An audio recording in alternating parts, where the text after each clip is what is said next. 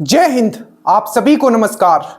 आशा करता हूँ आप सब बहुत ही अच्छे और जितने भी कंसेप्चुअल वीडियोस आपको प्रोवाइड कर रहे हैं उसको आप नोट डाउन करना स्टार्ट करें, क्योंकि जो भी ये टॉपिक हम आपके सामने रख रहे हैं बहुत ही ऑनेस्टली तरीके से रख रहे हैं। ठीक है, कन्फाइंड में पूरी तरीके से हर एक टॉपिक को आपको हम कवर करवा दें। ठीक है, प्लस जितने भी प्रीवियस ईयर क्वेश्चंस पूछे गए और एनसीईआरटी जो 10 एंड 12 से मैक्सिमम पॉइंट्स उठाए गए हैं, जो अभी रिसेंट एग्जाम हुए, चाहे आप दरोगा का देखोगे चाहे बीएसएससी का देखोगे, तो 10 एंड 12 का एनसीईआरटी जो है साइंस का हम कवर कर रहे हैं। ठीक है, अब एक चीज आपको याद रखना है, वो है ये कि चीजों को लिखना है। ये बहुत इंपॉर्टेंट है। और अगर आप चैनल पे नए हो और अगर आपको बिहार में बनना है दरोगा और बिहार का किसी भी गवर्नमेंट जॉब का अगर आप प्रिपेयर कर रहे हो, सबसे पहले इस चैनल को सब्सक्राइब करें।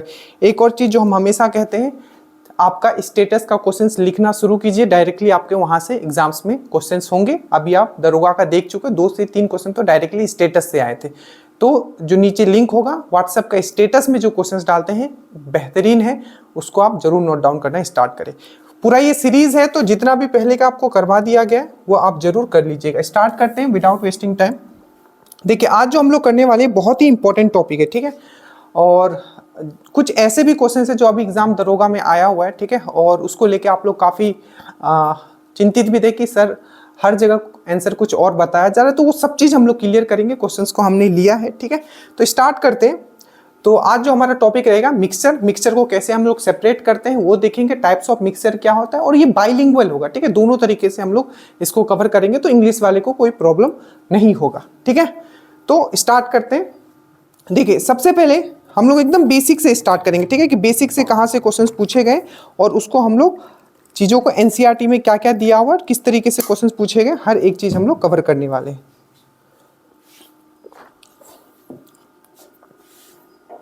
देखिए, सबसे पहला क्वेश्चन है, मैं बहुत ही डिटेल में समझाने वाला हूं क्वेश्चंस के साथ। ठीक है, तो एकदम शांतिपूर्वक बैठिएगा और चीजों को लिखते हुए चलिएगा।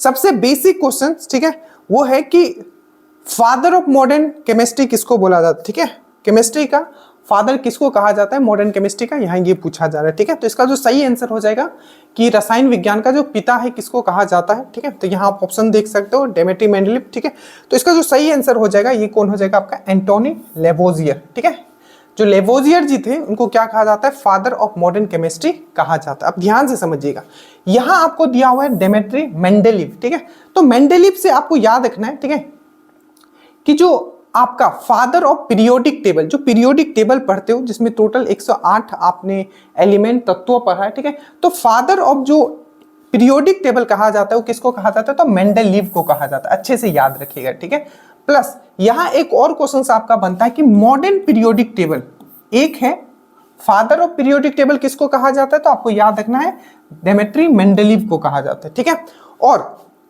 अगर आपको पूछे कि मॉडर्न पीरियोडिक टेबल किसने दिया था, तो मॉडर्न पीरियोडिक टेबल किसने दिया था, तो मोजले ने दिया था। ये दोनों में अंतर है, दोनों क्वेश्चंस पूछा गया है कि फादर ऑफ पीरियोडिक टेबल, तो आपको याद रखना है डेमेट्री मेंडलीव। ठीक है, और अगर आपको पूछे, ठीक है, कि मॉडर्न पीरियोडिक टेबल किसने दिया है, ठीक है, जो आधुनिक पीरियोडिक टेबल है वो किसने दिया है, तो आपको याद रखना है मोजले ने दिया है। किसने दिया है, मोजले ने दिया है। यहां दिया हुआ है आपका अल्फ्रेड नोबल। अल्फ्रेड नोबल ने क्या डिस्कवर किया था, तो डायनामाइट का जो डिस्कवरी किया गया था वो किसके द्वारा किया गया था, तो अल्फ्रेड नोबल के द्वारा किया गया था। ये कुछ बेसिक क्वेश्चन है जो आपको याद रखना है। ठीक है, आगे चलते हैं। ये बेसिक क्वेश्चन था एकदम। अब यहां से हम लोग क्वेश्चन नंबर 2 से हम लोग जो पदार्थ के कितने रूप होते हैं वो देखेंगे। ठीक है, किस किस टाइप से क्वेश्चंस पूछे जाते हैं। मैंने बहुत ही बेहतरीन तरीके से चीजें आपके लिए यहाँ लिख के मेहनत करके लाया है, तो प्लीज अंत तक जरूर देखिएगा, बहुत चीज आप सीखोगे। देखिए, यहाँ पूछा है कि which of the following has a definite volume but not a definite shape. ये बीपीएससी का क्वेश्चन, डायरेक्टली ये क्वेश्चन छप चुका है। निम्नलिखित में से किसका आयतन तो निश्चित है लेकिन आकार निश्चित नहीं है। ठीक है, तो इसका क्या होगा आंसर। देखिए, तो यहां बोला है कि आपका आयतन क्या है, आपका आयतन तो निश्चित है लेकिन आकार निश्चित नहीं है, मतलब उसका शेप निश्चित नहीं।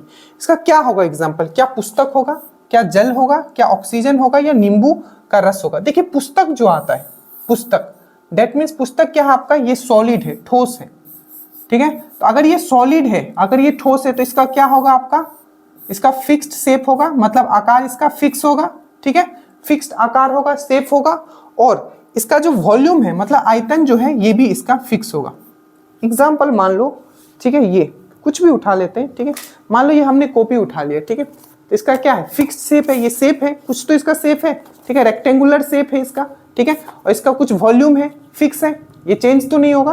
तो ये हो गया आपका सॉलिड। तो सॉलिड का क्या होता है, आपका फिक्स्ड शेप होता है और फिक्स्ड वॉल्यूम भी होता है, मतलब आयतन भी इसका फिक्स्ड होगा और आकार भी इसका फिक्स होगा। पुस्तक क्या है, एक सॉलिड है, ठीक है।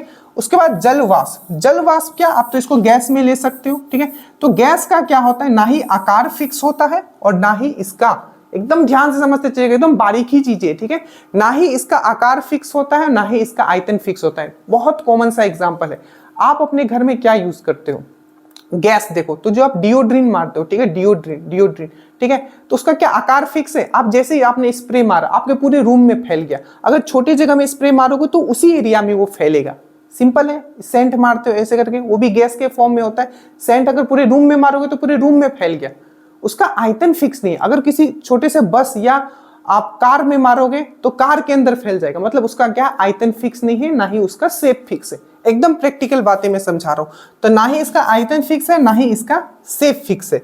उसके बाद ऑक्सीजन का भी वही, ये गैस में आ जाएगा। उसके बाद है नींबू का रस। नींबू का रस क्या होगा, तो ये लिक्विड होगा। क्या होगा, ये तरल पदार्थ है। अब लिक्विड का अगर हम लोग बात करते हैं, इसका आकार फिक्स नहीं बट वॉल्यूम फिक्स है। जैसे कि ये मान लो, ये क्या है, 1 लीटर का क्या है, फ्लास्क है, ठीक है, 1 लीटर का फ्लास्क है। तो अगर इसमें हम लोग 1 लीटर पानी डालते हैं तो इसमें भी 1 लीटर रहेगा, या किसी जग में भी डाल देंगे तो इसका वो 1 लीटर ही रहेगा। मतलब जो इसका वॉल्यूम है, ठीक है, वो हमेशा फिक्स रहेगा। तो वॉल्यूम इसका फिक्स है, अगर इसमें रखें तभी भी 1 लीटर, जग में रखें तभी भी 1 लीटर, बट इसका शेप फिक्स नहीं है। अगर इसमें रखेंगे तो ये इसका आकार ले लेगा, जग में रखेंगे तो जग का आकार ले लेगा। तो जो तरल पदार्थ होते हैं, जो लिक्विड होते हैं, उनका आयतन तो फिक्स है, उनका वॉल्यूम तो फिक्स है, बट उनका आकार फिक्स नहीं है। तो इसका सही आंसर क्या हो जाएगा इसका हो जाएगा लेमन रस, जिसका क्या होता है, वॉल्यूम तो फिक्स है बट इसका शेप फिक्स नहीं। मैं इतना क्यों डिटेल में पढ़ा रहा हूं, क्योंकि अब जो क्वेश्चंस आते हैं वो कंसेप्चुअल क्वेश्चंस आते हैं और आपको इस तरीके से पढ़ना है, ठीक है, ताकि आप एक एक क्वेश्चन से आप लाखों लोगों को पीछे छोड़ने वालों। मैं इस टाइप के क्वेश्चन तो इस तरीके से चीजें मैं आपको करवा रहा हूं, ठीक है। तो इसका आपने समझा। अब हम लोग क्या बात कर लेते हैं देखिए, टोटल कितने स्टेट है मैटर के, मतलब पदार्थ के कितने स्टेट हो सकते हैं।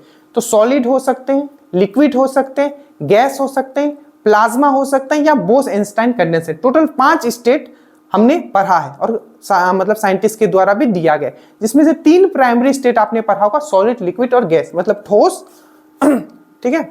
ये देखिए, अब इन तीनों में हम लोग डिफरेंस करेंगे, ठीक है, कंपेयर करेंगे जो भी पदार्थ का है, जैसे ठोस हो गया, द्रव्य हो गया, गैस हो गया। सबसे पहले प्राइमरी ये जो 3 है, ठीक है, उसके बाद 2 और आपने पढ़ा होगा, एक होता है प्लाज्मा और एक होता है बोस-आइंस्टाइन कंडेंसेट। तो उसके बारे में भी हम पढ़ेंगे। 5 टोटल पदार्थ के क्या होते हैं, आपके स्टेट होते हैं, ठीक है।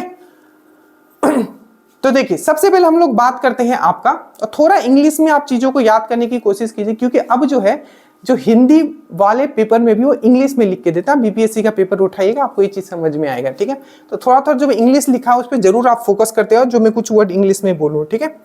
देखिए, सबसे पहले हम लोग घनत्व का बात करते हैं, डेंसिटी का। हम लोग क्या कर रहे हैं, कंपेयर कर रहे हैं सॉलिड को, लिक्विड को और गैस को, और जो 2 लास्ट में बचता है उसको अलग से हम लोग पढ़ने वाले।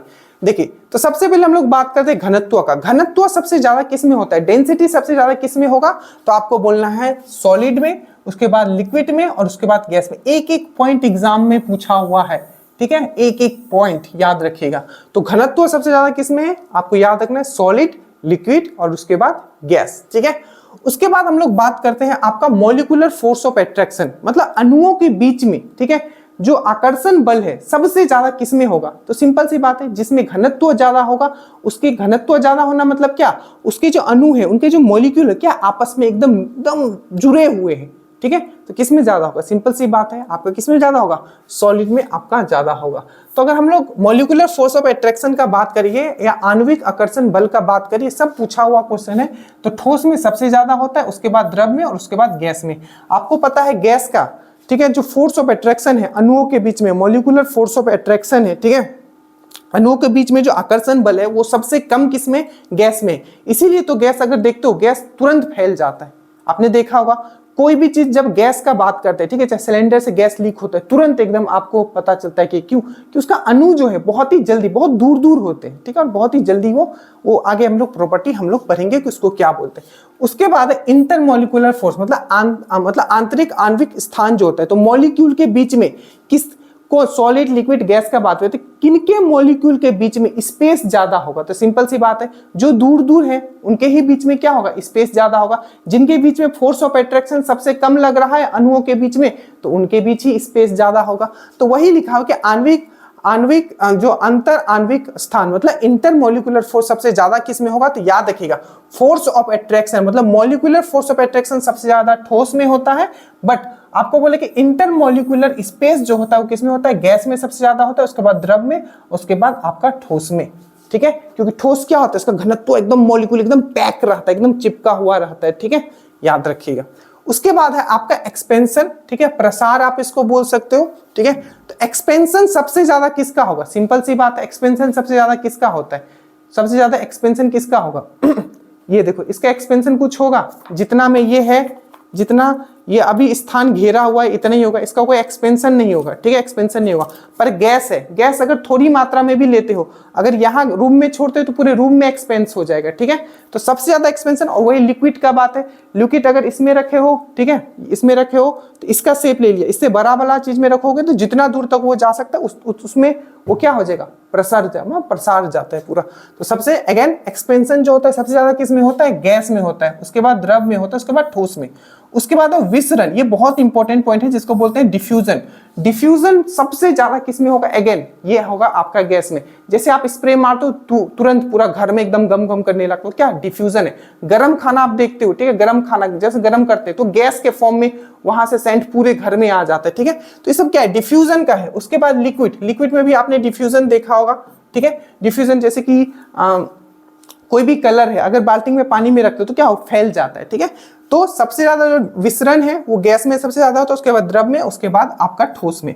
और अगर मैं बोलूं, ठीक है, कंप्रेसिबिलिटी, ठीक है, सॉलिड लिक्विड और गैस में किसको सबसे ज्यादा दाब सकते हो, तो याद रखना सबसे ज्यादा जो दाब सकते हो, कंप्रेस का संपीड़न जिसको बोला जाता है हिंदी में, तो सबसे ज्यादा संपीड़न किसको, कंप्रेसिबिलिटी किसका होगा, तो गैस का होगा। ठीक है, सबसे ज्यादा किसका होता है, किसको ज्यादा दबा सकते हो, गैस को। ये देखो दबा दिया, पर सॉलिड को दबाना इतना इजी है, नहीं दबाना इजी। तो सबसे ज्यादा गैस, सबसे ज्यादा कंप्रेसिबिलिटी आपका किसमें होता है, तो आपका गैस में। विसरण भी सबसे ज्यादा किसमें होता है, गैस में। उसके बाद काइनेटिक एनर्जी, काइनेटिक एनर्जी सबसे ज्यादा किसमें होगा, ये भी गैस में होगा। बोले वो क्यों, क्योंकि काइनेटिक एनर्जी का जो फॉर्मूला होता है वो होता है हाफ mv²। अब भी क्या होता है, मास तो आपका कांस्टेंट है, मतलब द्रव्यमान क्या होता है, हमेशा कांस्टेंट होता है, आपको पता है। वेरी क्या होगा, वेट वेरी होता है, भार वेरी होता है, द्रव्यमान हमेशा कांस्टेंट होता है। तो किस पे डिपेंड कर रहा है, आपका वेलोसिटी पे डिपेंड कर रहा है आपका। ठीक है, आपका चाल जो होगा उसका, ठीक है, वेलोसिटी जो होगा उस पे डिपेंड करेगा। सबसे ज्यादा वेलोसिटी किसके, किस सॉलिड लिक्विड गैस में किसके अणुओं का, किसके मॉलिक्यूल का वेलोसिटी सबसे ज्यादा होगा। सिंपल है, गैस का, गैस तुरंत एकदम भागता है उसका मॉलिक्यूल। ठीक है, तो किसका, तो वेलोसिटी अगर ज्यादा हो जाएगा, क्यों मैंने बोला हाफ mv²।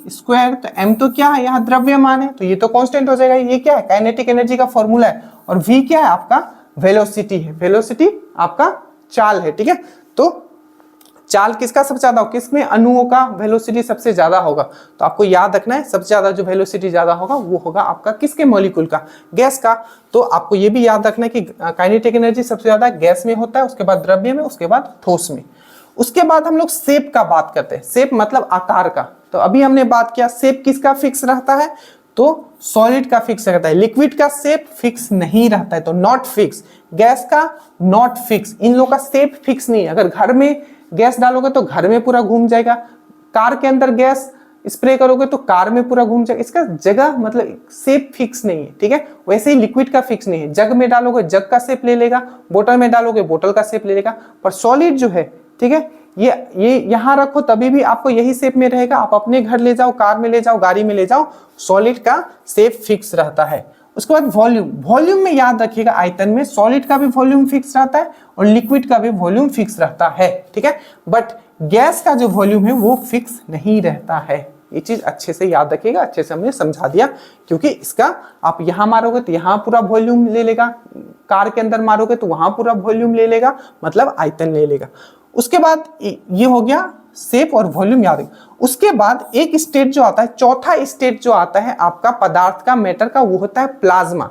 अब बोलोगे सर प्लाज्मा क्या है, तो देखिए अगर आप सॉलिड को अगर हीट करते हो, ठीक है, जैसे कि आपका क्या है बर्फ ले लो आप, सॉलिड को अगर आप हीट करते हो तो क्या बनेगा, वो लिक्विड में चला जाएगा। बर्फ आपने लिया, बर्फ क्या सॉलिड है, उसमें हीट किया वो लिक्विड में हो गया, लिक्विड को फिर हीट करोगे तो क्या चला जाएगा, आपका गैस में चला जाएगा। और गैस को भी अगर आप हीट करोगे तो जो वो स्टेट में आता है उसको हम लोग बोलते हैं प्लाज्मा स्टेट। और इस स्टेट में क्या होता है, ठीक है, जो भी प्लाज्मा स्टेट होता है उसमें जो भी आपके जो मॉलिक्यूल्स, आप हम लोग यहाँ मॉलिक्यूल्स में बात कर रहे हैं, मतलब अणुओं में बात कर रहे हैं, तो उसमें क्या बात करेंगे, बहुत ही हाई टेम्परेचर पे चला जाता है तो वहां हम लोग आयन के फॉर्म में बात करते हैं। तो जो प्लाज्मा एक ऐसा स्टेट है, ठीक है, पदार्थ का, जिसमें क्या होता है, मॉलिक्यूल जो होता है आयन के फॉर्म में एग्जिस्ट करते हैं। आयन वहां हम क्या बात करेंगे, आयन का, पॉजिटिव आयन और नेगेटिव आयन।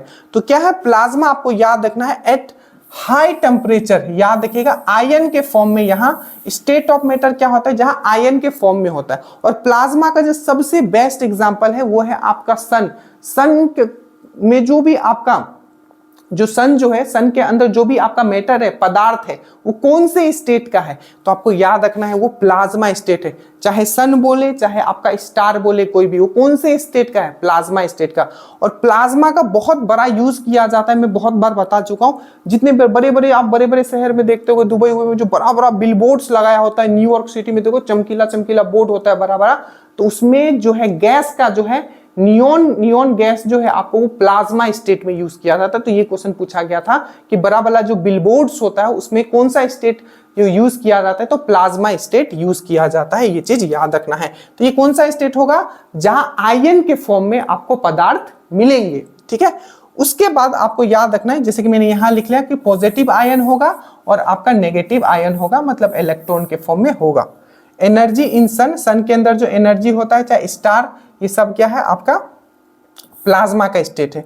अब देखो, तो सॉलिड को अगर हीट करोगे तो लिक्विड बन जाएगा, लिक्विड को अगर हीट करोगे तो गैस बन जाएगा, और गैस को भी बहुत हीट करोगे तो जो पदार्थ है ये प्लाज्मा स्टेट में पहुंच जाएगा और आयन के फॉर्म में, प्लस और माइनस आयन के फॉर्म में एग्जिस्ट करेगा।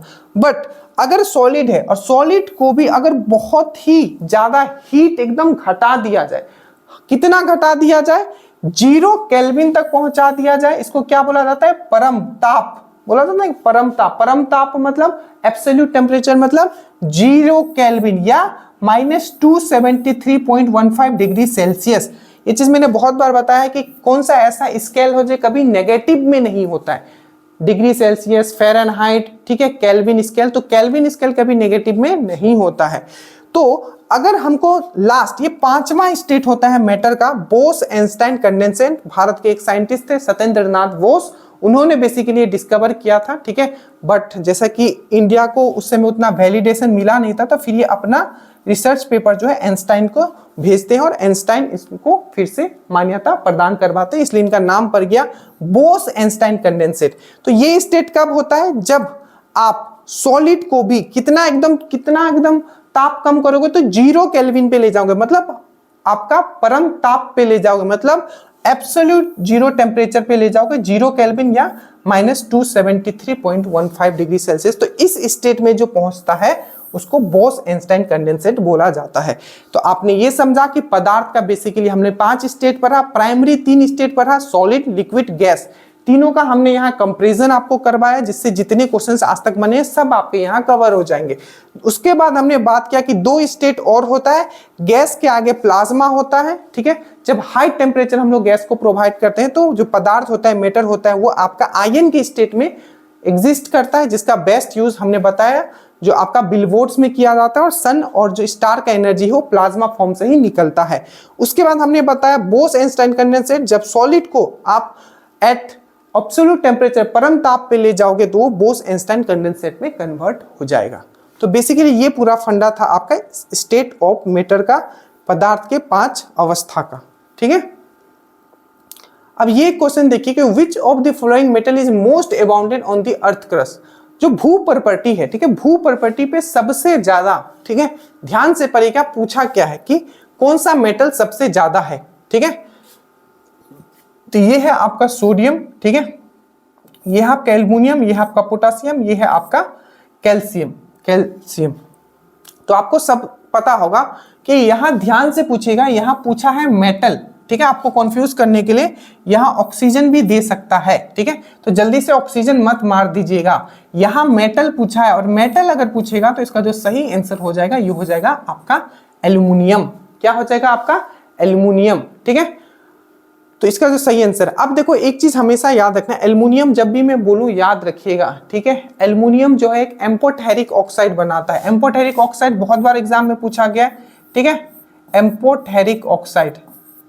एल्युमिनियम क्या बनाता है? एम्फोटेरिक ऑक्साइड, Al2O3, ठीक है, मतलब ऐसा ऑक्साइड जो एसिड से भी रिएक्ट हो जाएगा और बेस से भी रिएक्ट हो जाएगा। ये बहुत इंपॉर्टेंट है, ठीक है, क्योंकि जितने भी मेटल ऑक्साइड होते हैं वो नेचर में कैसे होते हैं? बेसिक होते हैं, याद रखिएगा।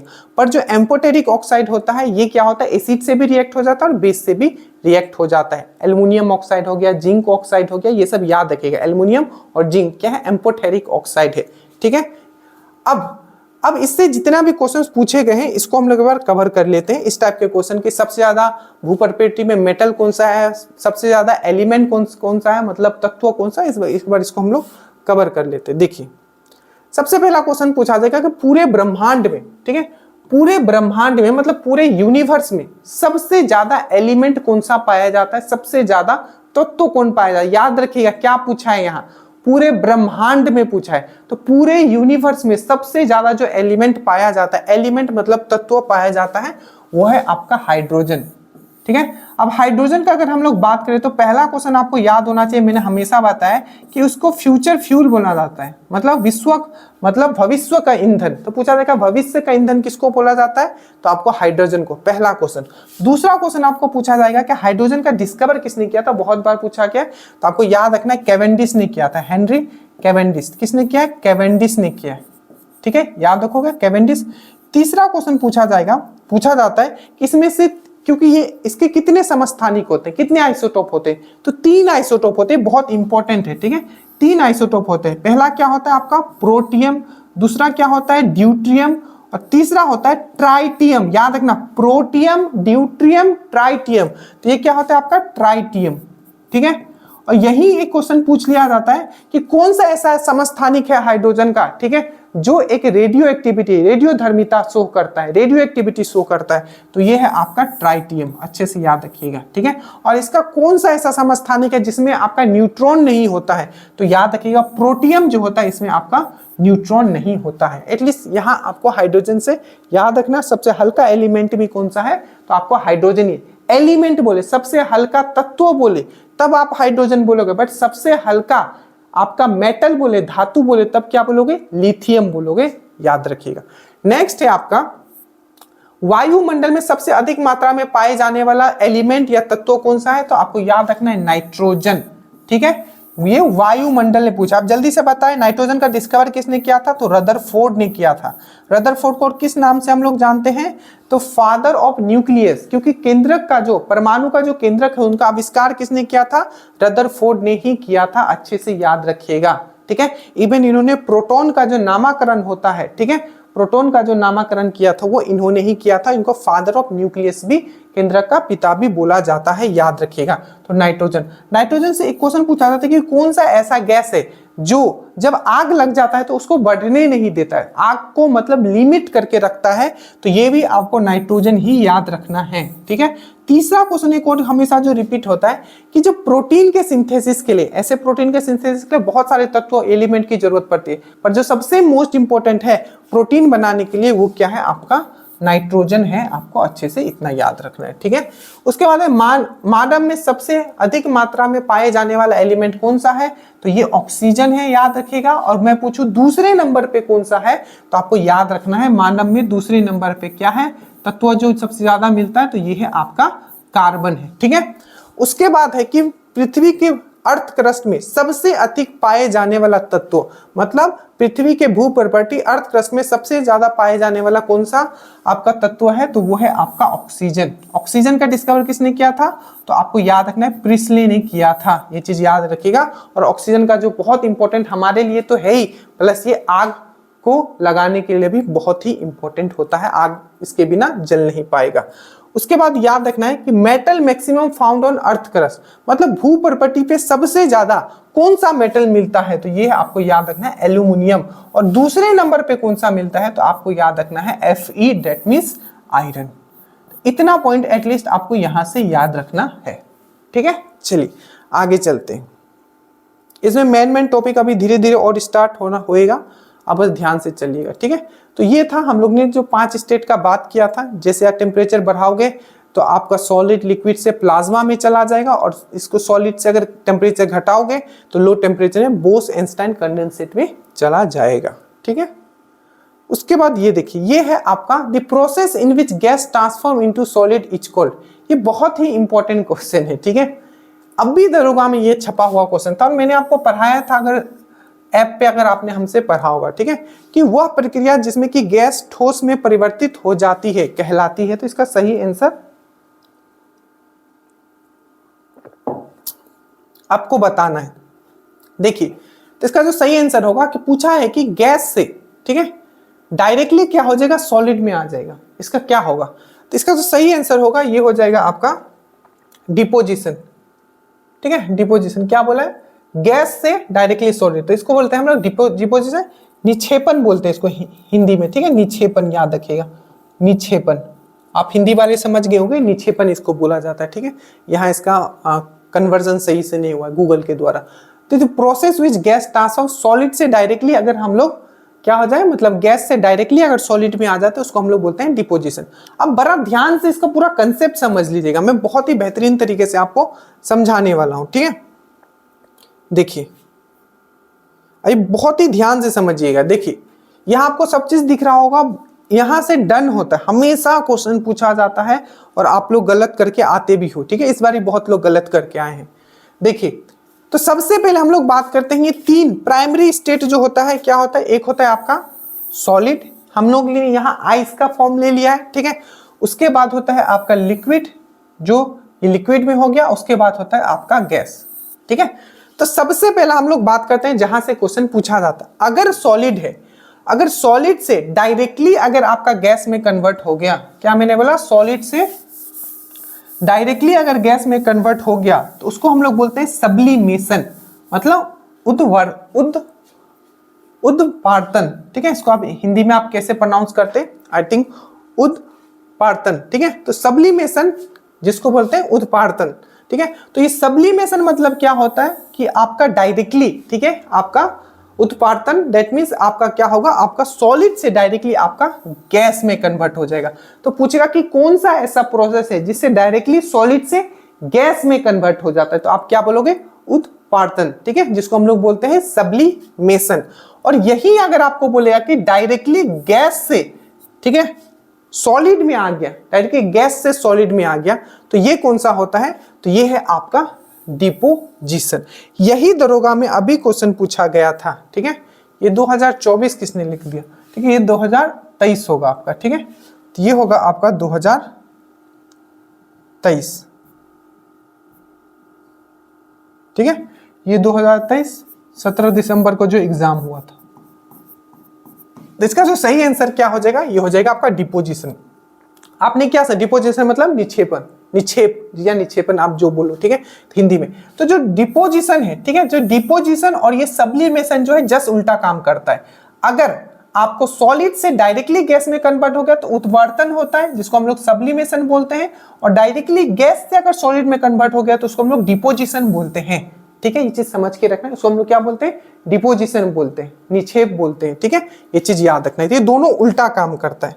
उसके बाद आगे चलते हैं, अब हम लोग बात करते हैं। तो सबसे पहले हमने समझा, ठीक है, कि सब्लिमेशन क्या होता है, सॉलिड से डायरेक्टली गैस, और डिपोजिशन क्या होता है, गैस से डायरेक्टली सॉलिड। उसके बाद जो दूसरा है आपको इंपॉर्टेंट है, वो होता है आपका यहाँ कंडेंसेशन, ठीक है, संघनन जिसको बोलते हैं, ठीक है, संघनन जिसको बोलते हैं, ठीक है। अब देखिए, अगर आपको लिक्विड से अगर आपको डायरेक्टली गैस में ट्रांसफर करना है, ये तो आपको पता होगा, इवोपोरेशन जिसको बोलते हैं, जिसको हम लोग वाष्पीकरण बोलते हैं, ठीक है, ये तो आपको कॉमन होगा। बट यही अगर आपको पूछे कि गैस से अगर आपको लिक्विड में आना है तो उसको हम लोग क्या बोलते हैं, कंडेंसेशन, संघनन, ठीक है, क्या बोलते हैं, संघनन बोलते हैं, ठीक है। और ये याद रखिएगा, ये सब जो भी चीज बोल रहा हूं एकदम छपेगा ये, ठीक है, तो कंडेंसेशन बोलते हैं। और बाकी आपका सॉलिड से अगर लिक्विड में जाता है तो ये सिंपल है, ये गलेगा तो क्या हो जाएगा, सॉलिड से लिक्विड मतलब मेल्ट होगा। और अगर लिक्विड से, इसको भी अच्छे से याद रखिएगा, ये भी एग्जाम में पूछा गया था कि लिक्विड से अगर सॉलिड में आता है तो क्या होगा, जमना जिसको बोलता है, मतलब फ्रीजिंग होगा। तो एक एक पॉइंट जो मैंने समझाया यहां से पूछे जाएंगे। अब याद रखिएगा कुछ ऐसे, ठीक है, यौगिक कंपाउंड जो आपका सब्लिमेशन शो करते हैं। सब्लिमेशन मतलब क्या, मैंने बोला था सॉलिड से डायरेक्टली गैस में चले जाएंगे, ठीक है, मतलब उद्वार्तन शो करते हैं, ठीक है। अब देखिए जैसे कि अमोनियम क्लोराइड हो गया, ठीक है, सॉलिड कार्बन डाइऑक्साइड हो गया, ठीक है, याद रखिएगा सॉलिड कार्बन डाइऑक्साइड हो गया, ठीक है, या ड्राई कार्बन डाइऑक्साइड भी इसको बोला जाता है, सूखा कार्बन डाइऑक्साइड, ठीक है। तो सॉलिड कार्बन डाइऑक्साइड हो गया, चाहे अमोनियम क्लोराइड हो गया, चाहे आपका आयोडीन हो गया, ठीक है, या आपका अल्मुनियम क्लोराइड हो गया, याद रखिएगा ये सब बहुत इंपॉर्टेंट है। चाहे आपका नेफ्थलीन, नेफ्थलीन मतलब होता है कपूर, ठीक है, या एंथ्रेसिन, नेफ्थलीन या एंथ्रेसिन, ये जितने भी है आपका सब्लिमेशन, ठीक है, मतलब उत्पादन जो है ये प्रॉपर्टी शो करेगा। दैट मींस से सॉलिड से डायरेक्टली गैस में चला जाएगा, एकदम छपेगा ये। अमोनियम क्लोराइड याद रखिएगा आपका NH4Cl जिसका फॉर्मूला होता है, ठीक है, NH4Cl, ठीक है, NH4Cl। उसके बाद है सॉलिड कार्बन डाइऑक्साइड, इसका फॉर्मूला CO2 ही होगा। उसके बाद आयोडीन, उसके बाद आपका एल्युमिनियम क्लोराइड, उसके बाद नेफ्थलीन, उसके बाद एंथ्रासिन और उसके बाद ये, ठीक है। एक क्वेश्चन पूछा गया था, ये आपका रेलवे का क्वेश्चन है, ठीक है, कि अगर आपका अमोनियम क्लोराइड होता है और NaCl होता है, ये दोनों मिक्स है, मान लीजिए अमोनियम क्लोराइड और आपका NaCl, आपको पता है NaCl क्या होता है, हम लोग का खाने वाला जो सॉल्ट होता है, ठीक है। तो अगर अमोनियम क्लोराइड और आपका सोडियम क्लोराइड अगर मिक्स हो जाता है तो इसको कैसे आप इसको सेपरेट करोगे, किस विधि से आप इसको सेपरेट करोगे, इस मिक्सचर को कैसे आप हटाओगे, ये क्वेश्चन पूछे जाएगा आपका दरोगा में भी, ठीक है। तो आपको याद रखना है इसको कैसे हटाओगे, तो सब्लिमेशन मेथड, उत्पादन मेथड के थ्रू, सब्लिमेशन मेथड। आप बोलोगे सर क्यों, वो इसलिए कि जैसे ही, ठीक है, एमोनियम क्लोराइड NaCl है, ठीक है, तो ये क्या हो जाएगा, थोड़ा भी अगर हीट लगेगा इस पे तो NaCl क्या हो जाएगा, ये उड़ जाएगा, डायरेक्टली आपका क्या बन जाएगा, गैस बन जाएगा। पर ये एमोनियम क्लोराइड रहेगा। तो सिंपल, एमोनियम क्लोराइड और NaCl को सेपरेट करने के लिए कौन सा मेथड यूज करोगे, तो सब्लिमेशन मेथड, उद्वर्तन मेथड आपको यूज करना है, ठीक है, समझ में आया। चलिए अब नेक्स्ट क्वेश्चन पे हम लोग आते हैं, ये है which of the following is a physical change, कौन सा इसमें भौतिक परिवर्तन है, पानी का बर्फ में परिवर्तन, ठीक है, मानव में पाचन, ठीक है, मानव में श्वसन, या दूध से दही बनना। अब देखो फिजिकल क्या होता है, फिजिकल चेंज, भौतिक चेंज क्या होता है, जो रिवर्स हो सके, जो वापस आ सके। जैसे कि बर्फ है, बर्फ से पानी बन गया, फिर पानी को अगर हम फ्रिज में रख देंगे तो बर्फ बन जाएगा, क्या है, फिजिकल चेंज है। बट मान लो कि दूध है, दूध से हमने दही बना दिया, पर दही फिर दूध बन सकता है, नहीं बन सकता है। तो जो फिजिकल चेंज होता है, मतलब जो भौतिक परिवर्तन होता है, ठीक है, वो क्या है, वो वापस होता है, रिवर्सेबल होता है जिसको कहते हैं, ठीक है, वो वापस हो सकता है जिस स्टेट में वो पहले था। बट जो आपका क्या रासायनिक परिवर्तन है, जो केमिकल चेंज है, वो वापस नहीं हो पाएगा। जैसे दूध का खट्टा होना, तो दूध फिर वापस नहीं बन पाएगा, दूध का दही बनना फिर वो वापस नहीं हो पाएगा। तो ये चीज बस इतना ही कंसेप्ट है। तो यहाँ हमारे निम्नलिखित में से कौन सा भौतिक परिवर्तन है, तो भौतिक परिवर्तन का बात करें तो आपका पानी का बर्फ में परिवर्तन, यही आपका भौतिक परिवर्तन है। मानव में पाचन, याद रखिएगा ये बहुत इंपॉर्टेंट, बहुत बार पूछा गया। जो पेट में जो डाइजेशन होता है, ये कैसा प्रोसेस है, क्या ये फिजिकल प्रोसेस है या केमिकल प्रोसेस है, तो ये आपका रासायनिक प्रोसेस है, केमिकल प्रोसेस है या केमिकल आपका परिवर्तन है। मानव में श्वसन, जो हम लोग सांस लेते हैं, ठीक है, ये भी क्या है, ये भी आपका केमिकल प्रोसेस है, आपको याद रखना है, रासायनिक परिवर्तन है, ठीक है। दूध से दही बनना, ये भी क्या है, आपका रासायनिक परिवर्तन है, ये भी चीज आपको याद रखना है, ठीक है। तो ये चीज आपको अच्छे से मैं एक बार लिस्ट दे रहा हूं, बस आप उतना याद कर लेना, इससे बाहर आपको कुछ नहीं पूछेगा। देखिए सबसे पहले हम लोग बात करते हैं, यहाँ देखिएगा, तो भौतिक परिवर्तन का, केमिकल चेंज, फिजिकल चेंज का अगर हम लोग बात करें तो देखिए मोमबत्ती का पिघलना जो है, ठीक है, वो भौतिक परिवर्तन है, ठीक है। बट अगर बोले कि मोमबत्ती का जलना, ठीक है, तो वो आपका रासायनिक परिवर्तन है, क्योंकि मोमबत्ती का पिघल जाता है तो फिर वो पिघला हुआ जो चीज है उससे मोमबत्ती हम लोग जला सकते हैं, बना सकते हैं, ठीक है। बट जो मोमबत्ती जल गया एकदम, जो उसका जल गया है, ठीक है, वो क्या है, जलना क्या है, जलना क्या है, जलना क्या है, जलना क्या है, तो वो आपका केमिकल चेंज है, वो आपका रासायनिक परिवर्तन है। तो मोमबत्ती का पिघलना क्या है, आपका भौतिक परिवर्तन है, दैट मींस फिजिकल चेंज है। पानी का बर्फ बनना, ये क्या आपका फिजिकल चेंज है। पानी का वाष्प बनना मतलब आपका इवोपोरेट, वाष्पीकरण हो गया, तो फिर उसको ठंडा करेंगे, कौन सा प्रोसेस है, कंडेंसेशन से।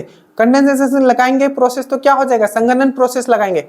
कोई भी पानी है, वाष्प बन गया, ठीक है, तो क्या होगा, वेपोराइजेशन हो गया उसका, ठीक है, वाष्पीकरण हो गया। और फिर उसको वापस लाना है तो क्या कर देंगे, ठंडा कर देंगे, मतलब कंडेंसेशन कर देंगे। ये सब बार बार चिल्ला रहा हूँ, एटलीस्ट याद रखना, ठीक है, गलती मत करिए, ये सब बेसिक क्वेश्चन है।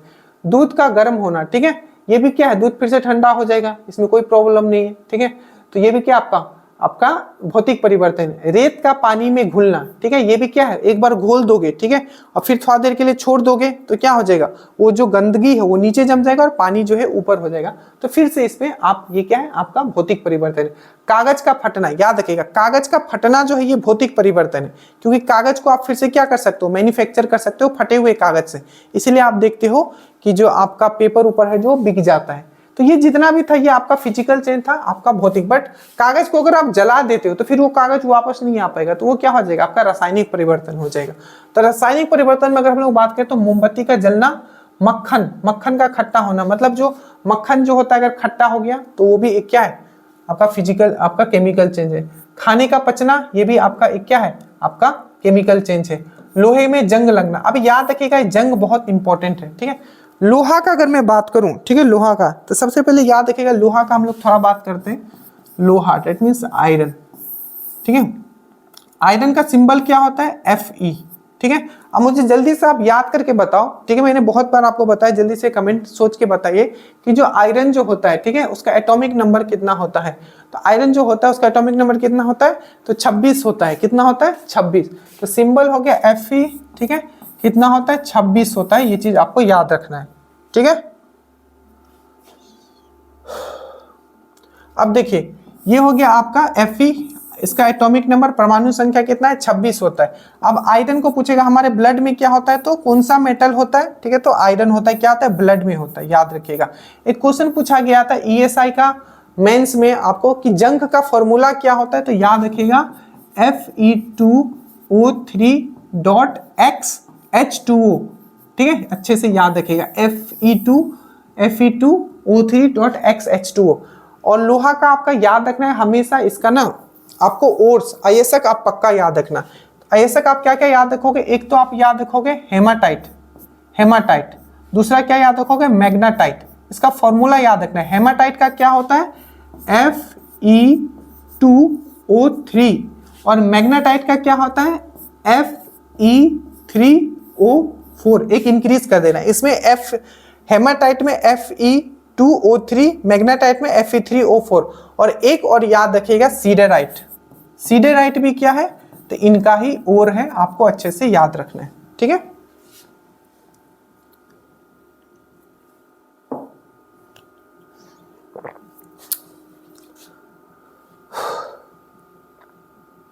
तो ये चीज क्लियर हो गया आपका, ठीक है, कि भौतिक रासायनिक क्या होता है। तो लोहे पर जंग लगना क्या है, और एक चीज याद रखिएगा, लोहे पे जो जंग लगता है, ठीक है, इससे क्या होता है, तो लोहा का वेट बढ़ जाता है, पर लंबे समय में बोलेगा तो घट जाता है, क्योंकि जब लगेगा ऑक्सीडेशन होगा जब, तो उसका क्या होगा, वेट बढ़ जाएगा, पर बहुत दिन के बाद क्या करता है, वो झड़ जाता है। तो ये ध्यान रखिएगा क्या पूछा है ऑप्शन में, ठीक है। कागज का जलना, ये चीज आप समझ गए। और मैंने फॉर्मूला बताया क्या है, जंग का फॉर्मूला Fe2O3.XH2O, ठीक है। उसके बाद हम लोग आते हैं कि the reason for the formation of plasma. Plasma के मैंने बारे में बताया था, ठीक है, कि प्लाज्मा यहाँ के सितारों में प्लाज्मा, ठीक है, बनने का कारण है उच्च तापमान, उच्च दाब, कम तापमान। तो मैंने बता दिया प्लाज्मा जो होता है फोर्थ स्टेट ऑफ पदार्थ होता है। क्या होता है, फोर्थ स्टेट ऑफ पदार्थ होता है। और क्या होता है, ये आपका फोर्थ स्टेट ऑफ मैटर होता है। और आपको ये भी याद रखना है कि ये आयन के स्टेट में होता है, ठीक है, ये चीज याद रखना, जो कि हाई टेम्परेचर में ये हो जाता है। उसके बाद नेक्स्ट क्वेश्चन है आपका कि rusting of A iron is a common example of, ठीक है, जो रस्टिंग होता है, ठीक है, जो जंग लगता है वो कैसा प्रोसेस है? क्या वो फिजिकल चेंज है, क्या वो एक्सोथर्मिक चेंज है, क्या वो इंडोथर्मिक चेंज है, क्या वो केमिकल चेंज है?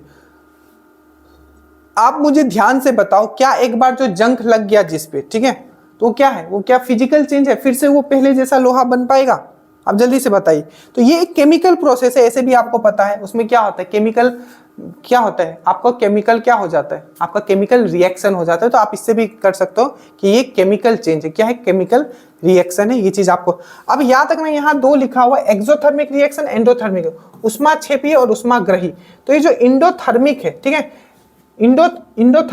इंडोथर्मिक आपको एक क्वेश्चन पूछा जाता है इससे हमेशा कि जो आपका प्रकाश संश्लेषण जो होता है, फोटोसिंथेसिस जो होता है, वो किस टाइप का आपका चेंज है या किस टाइप का आपका रिएक्शन है, ठीक है। तो आपको याद रखना है वो उष्माग्रही, दैट मींस इंडोथर्मिक। तो फोटोसिंथेसिस अगर आपको बोले तो आपको याद रखना है वो इंडोथर्मिक रिएक्शन है, ठीक है, इंडोथर्मिक रिएक्शन है। बट अगर आपको बोलेंगे कि जो हम लोग रेस्पायरेशन करते हैं, ठीक है, जो श्वसन करते हैं, श्वसन मतलब होता है आपका, एक होता है ब्रीथिंग, सांस लेना, और एक होता है आपका रेस्पायरेशन, ठीक है। तो रेस्पायरेशन से ही हमारे बॉडी में एनर्जी बनता है। रेस्पायरेशन जब होता है तब सेल में क्या होता है, सेल में क्या होता है आपका, ऑक्सीजन पहुंचता है, फिर से ऑक्सीडेशन होता है, ठीक है।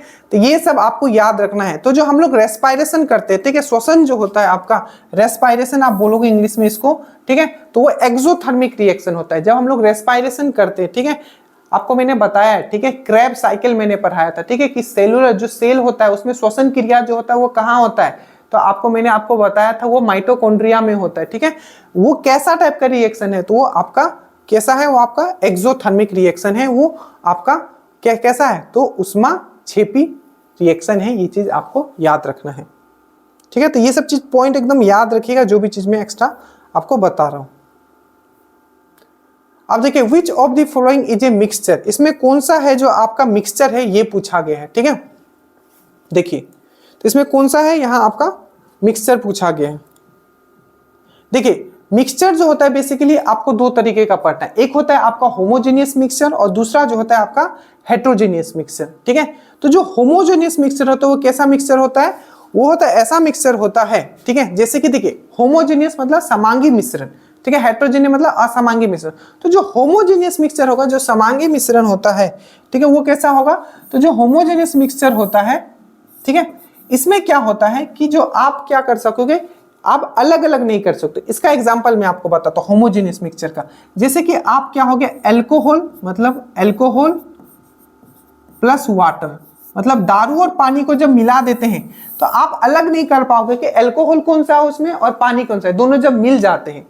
मतलब जब भी कोई भी मिक्सचर, ठीक है, ऐसा होगा जिसमें जो भी उसमें मिलाया गया है वो पूरी तरीके से पूरा का पूरा, एक आप देखो, आपने पढ़ा होगा, एक पढ़ा होगा आपने सॉल्यूट, विलेय जिसको आप बोला जाता है, ठीक है, एक पढ़ा होगा आपने विलेयक जिसको हम लोग बोलते हैं सॉल्वेंट, ठीक है। तो विलेय और विलेयक को मिला के आपका क्या बनता है, सॉल्यूशन, जिसको हम लोग विलियन बोलते हैं। तो इसको बोलते हैं विलेय, इसको बोलते हैं विलेयक और इसको बोलते हैं हम लोग विलियन। तो सॉल्यूट, सॉल्वेंट और सॉल्यूशन।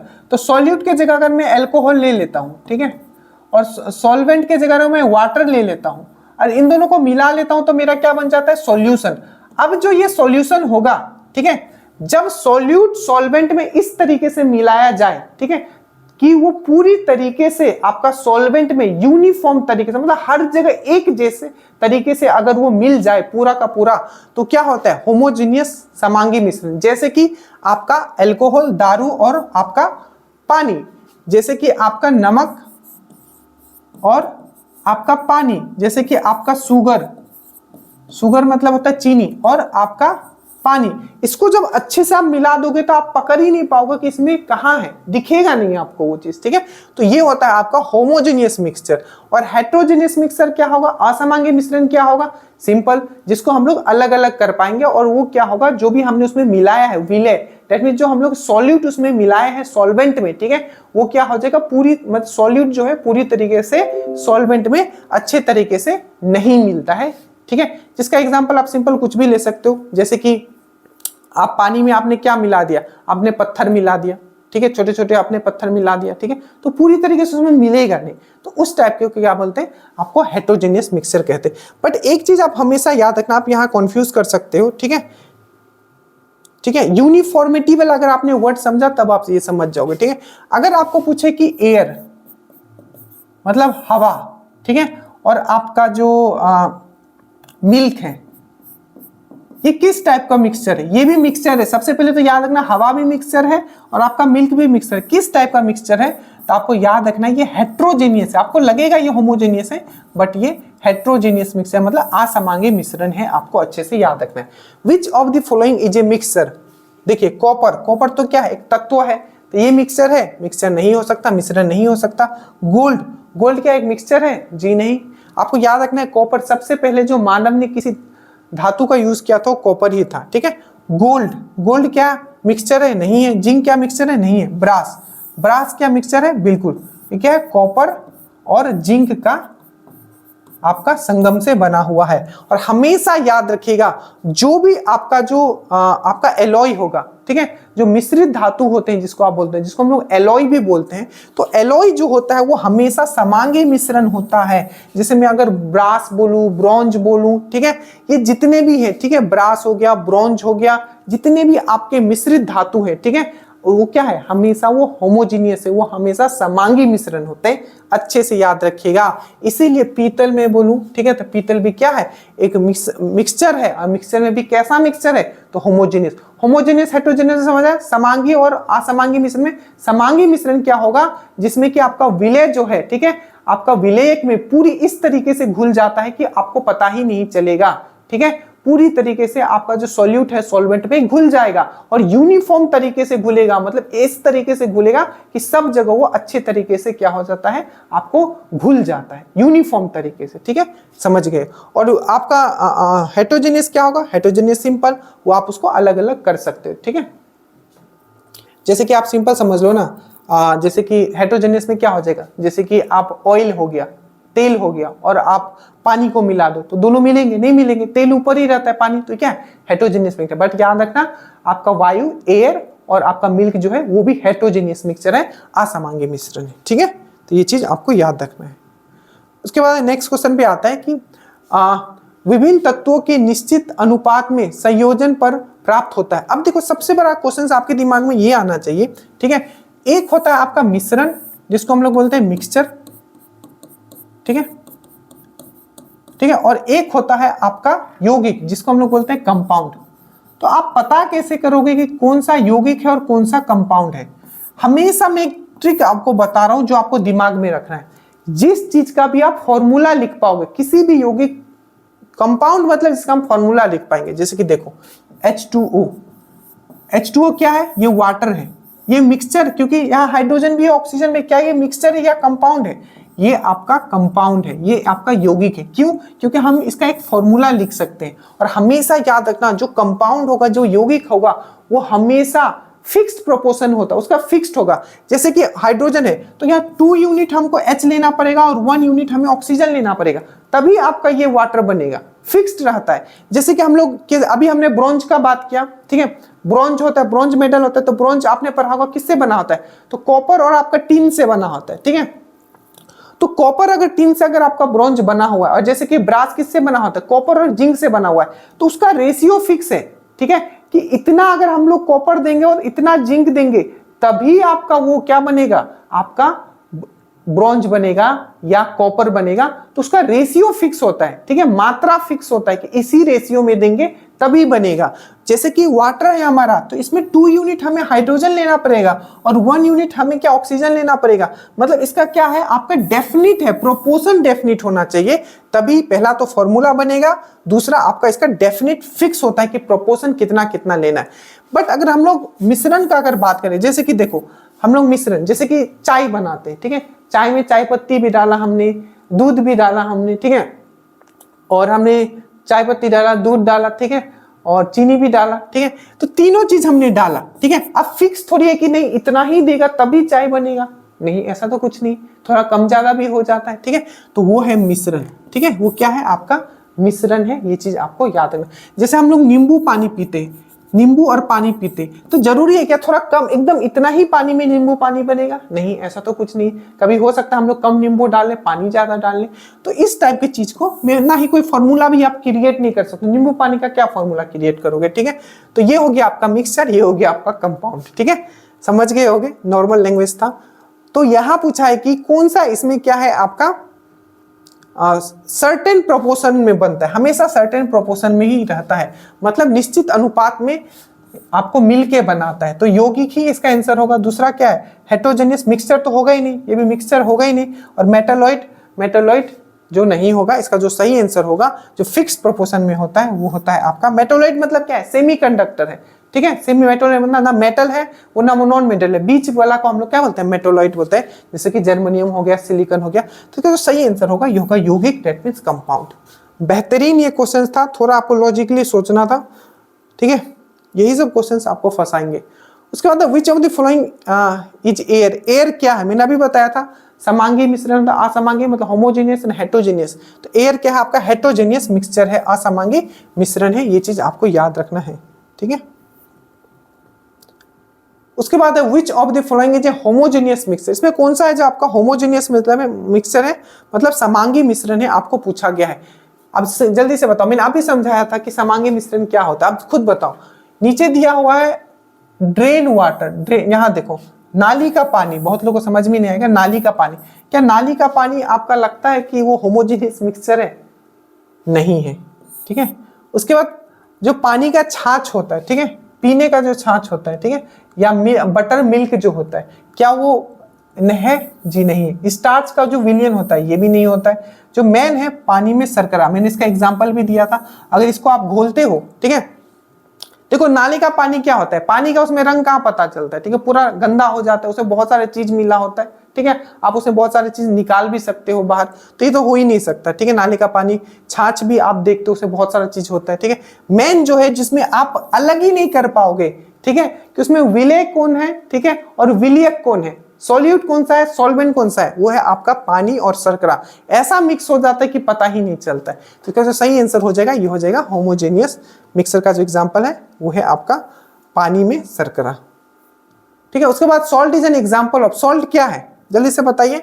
सॉल्ट एक एलिमेंट है, देखिए NaCl, इसका हम लोग क्या सॉल्ट हम लोग लिखते हैं ना, खाने वाला सॉल्ट, टेबल सॉल्ट। कैसे फॉर्म होता है ये हमने आपको बताया था, जब strong acid plus strong base, acid and base वाला जाके देखिएगा, हमने क्या बताया था? NaCl। ठीक है, ये क्या है? खाने वाला। तो ये NaCl क्या है? तो ये आपका एक यौगिक है, हमने अभी बताया क्या है, एक फॉर्मूला लिख सकते हैं NaCl का, खाने वाला सॉल्ट का। तो अगर फॉर्मूला लिख रहे हैं तो क्या हो जाएगा? यौगिक हो जाएगा। किस, जल्दी से याद करो, सॉल्ट कैसे फॉर्म होता था? तो स्ट्रॉन्ग एसिड और स्ट्रॉन्ग बेस के रिएक्शन से, मतलब स्ट्रॉन्ग एसिड मतलब अम्ल, बेस मतलब क्षार, दोनों के रिएक्शन से क्या फॉर्म होता था? आपका सॉल्ट फॉर्म होता था। और भी मैंने बहुत सारा चीज बताया था, वो आप पीछे देखिएगा एसिड एंड बेस में। उसके बाद विच ऑफ द फॉलोइंग, अब यहां से आ गया आपका मिश्रण वाला, क्या आ गया आपका? मिश्रण वाला आपका टॉपिक आ गया। देखिए ये क्वेश्चन आपका ऑलरेडी आपका आई थिंक दरोगा 2023 में आया हुआ है, ग्रुप डी में भी ये क्वेश्चन आया था, इसलिए मैंने बोला कि क्लास 10 का एनसीईआरटी और क्लास 12 का एनसीईआरटी से क्वेश्चन उठा रहे। अब देखिए यहां पूछा गया कि which of the following mixture can be separated by different funnels. ठीक है, फनल का जिसको यूज किया जाता है, या सेपरेटिंग फनल किस में यूज किए करते हैं, पूछा गया है। एल्कोहल को अगर, ठीक है,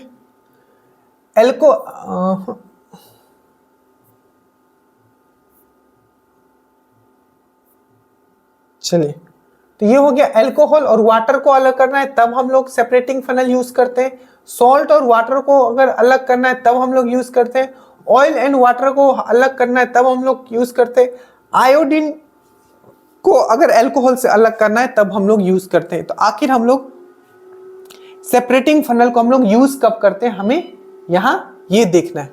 ठीक है, अब देखो इसको समझने से पहले हम लोग क्या करते हैं, एक बार पूरा का पूरा प्रोसेस देख लेते हैं। ठीक है, कि कितने तरीके का हमारा सेपरेटिंग मेथड होता है, कितने तरीके से हम लोग कोई भी मिक्सचर के चीजों को अलग अलग कर सकते हैं, मिश्रण को अलग अलग कर सकते हैं, जो भी उसमें चीजें। तो देखिए इसको हम लोग थोड़ा फास्ट करेंगे क्योंकि इसमें बहुत सारा। सबसे पहला मेथड देखिए, मेथड ऑफ सेपरेटिंग मिक्सचर। ठीक है, मिश्रण को अलग करने का जितना भी मेथड है, सबसे पहला मेथड है आपका वाष्पीकरण। देखिए अब वाष्पीकरण, अब एकदम ध्यान से समझते हुए जाना, एकदम एक शॉर्ट में मैं पूरा आपके दिमाग में ड्रिल कर दूंगा।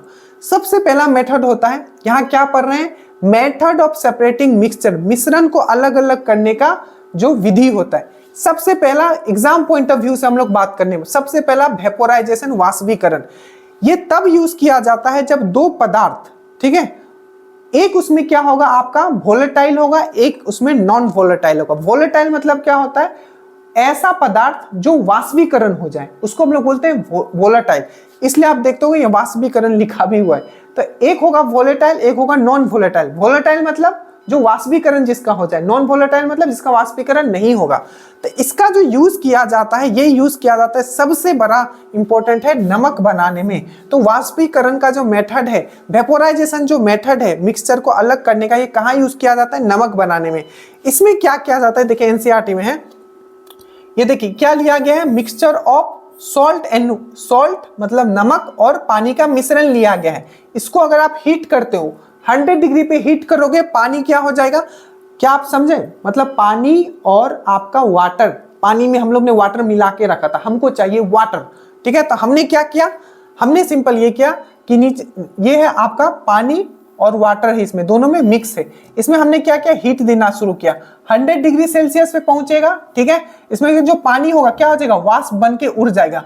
बचेगा क्या इसमें, इसमें सिर्फ बचेगा आपका क्या, आपका बचेगा आपका नमक। और इसी मेथड को, क्योंकि जो लिक्विड है, दैट मीन जो वाटर है वो क्या है, वोलेटाइल है, वाष्पीकरण हो जाएगा उसका, ठीक है। और जो आपका नमक है वो क्या है, आपका सिंपल है, वो एक क्रिस्टल है, और वो क्या है, एक नॉन वोलेटाइल पदार्थ है, नॉन वोलेटाइल मैटर है। इसका सबसे बड़ा यूज कहां किया जाता है, वाष्पीकरण मेथड का, तो आपका नमक बनाने में। नमक बनाने में क्या होता है, जो भी आपका सी होता है, जो भी आपका सागर होता है, ठीक है, जो सी होता है आपका, सी के किनारे से पानी क्या किया, पानी लाया जाता है, पानी में क्या होता है, नमक होता है। आपको सी वाला नमक पता है वहां का क्या होता है, उसमें नमक होता है। तो पानी को एक जगह जमा कर दिया जाता है इतने दूर में बांध के, ठीक है। और उसमें क्या होता है, धूप पड़ता है तो पानी क्या हो जाता है, उड़ जाता है और नमक आपका बच जाता है। तो याद रखिएगा वाष्पीकरण का हमने क्या मेथड आपको बताया, ये कहाँ यूज किया जाता है, जहां एक पदार्थ क्या हो, वोलेटाइल हो, दूसरा पदार्थ नॉन वोलेटाइल हो, ठीक है। दूसरा पे हम लोग आते हैं, ये बहुत ही अच्छा मेथड है, ये है आपका रवकरण या क्रिस्टलाइजेशन। नाम से ही आपको पता चल रहा होगा, क्रिस्टलाइजेशन। इसमें क्या होता है, देखिए इसमें क्या होगा कि आपका कोई भी एक ठोस, ठीक है, कोई भी एक क्रिस्टल ठोस, जैसे कि आपका नमक, ठीक है, नमक क्या हो गया, नमक में कुछ अशुद्धि आ गया मान लीजिए, ठीक है, और आपको नमक निकालना है। तो इसमें क्या किया जाता है, जो आपका मिक्सचर है, ठीक है, जैसे कि मान लो कि आपका नमक है, मैं सिंपल बताता हूं, यहां देखो समझ के एकदम समझना पड़ेगा, ठीक है।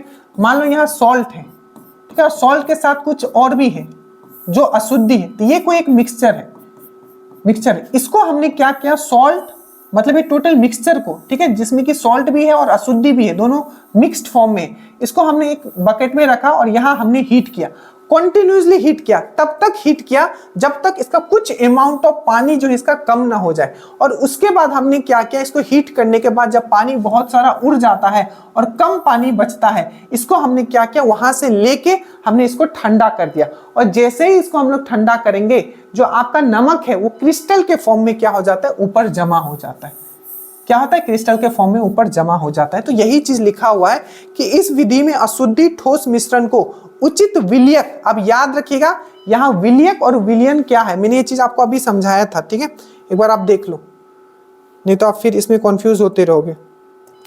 जैसे कि देखिए विलय होता है, ठीक है, एक होता है विलय जिसको हम लोग सॉलिड बोलते हैं। तो इस केस में हमारा नमक है, नमक को हमने किसमें मिलाया, कोई भी हमारा विलयक हो सकता है। इस केस में मान लो हमारा वाटर है, तो सॉलिड, ये हमारा क्या था, सॉल्ट के साथ और भी कुछ मिक्सिंग था, ये में हमारा कुछ अशुद्धि था, सॉल्ट के साथ कुछ अशुद्धि था। इसको हमने क्या, वाटर में डाला, हमने यहाँ हीट किया, हीट कर करके पानी एकदम हमने कम कर दिया, ठीक है। और उसके बाद जितना ये बचा हमारे पास, उसको हमने फिर ठंडा कर दिया। जैसे ही ठंडा करेंगे, हमारा जो सॉल्ट है, ठीक है, वो ऊपर आ जाएगा क्रिस्टल के फॉर्म में, ठीक है, क्रिस्टल के फॉर्म में, और जो अशुद्धि रहेगा वो पानी में ही डूबा रहेगा। तो यही मेथड है और सॉल्यूट क्या होता है, सॉल्वेंट क्या होता है, सॉल्यूशन क्या होता है, आप समझ गए होंगे, ठीक है। तो इस केस में सॉल्यूट क्या था, तो अशुद्धि था जो नमक के साथ मिला हुआ था। सॉल्वेंट क्या ले सकते हो, पानी था। और सॉल्यूशन क्या था, इन दोनों को अगर मिला लेते तो सॉल्यूशन बन जाता है।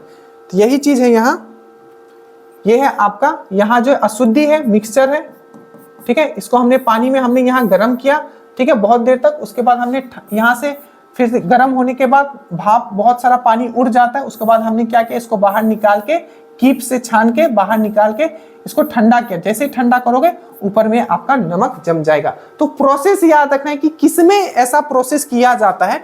तो क्रिस्टलाइजेशन प्रोसेस में क्या किया जाता है, जो मिक्सचर होता है उसको क्या किया जाता है, सॉल्वेंट में डुबा के हीट किया जाता है। उसके बाद थोड़ी देर के बाद उसको ठंडा कर दिया जाता है और जो आपका प्योर, ठीक है, जो पदार्थ होता है वो क्रिस्टल के फॉर्म में ऊपर जमा हो जाता है। यही चीज आपका यहाँ लिखा हुआ है। तो ये था आपका क्रिस्टलाइजेशन, ठीक है। इसको और अगर आप समझना चाहते हो तो मैंने एक और भी लगाया है यहाँ, ये देखिए यही प्रोसेस है। देखिए ये आपका सॉल्यूट हो गया, विलय हो गया, सॉल्वेंट विलयक हो गया, दोनों को मिक्स किया हुआ है, ठीक है। अच्छे से हमने हिला दिया, एकदम हिला के दोनों को मिक्स कर दिया। फिर से हमने यहाँ हीट किया, फिर से हीट करने के बाद यहाँ फिर से ठंडा कर दिया, ठीक है। तो ये क्रिस्टल के फॉर्म में ऊपर जमा हो गया।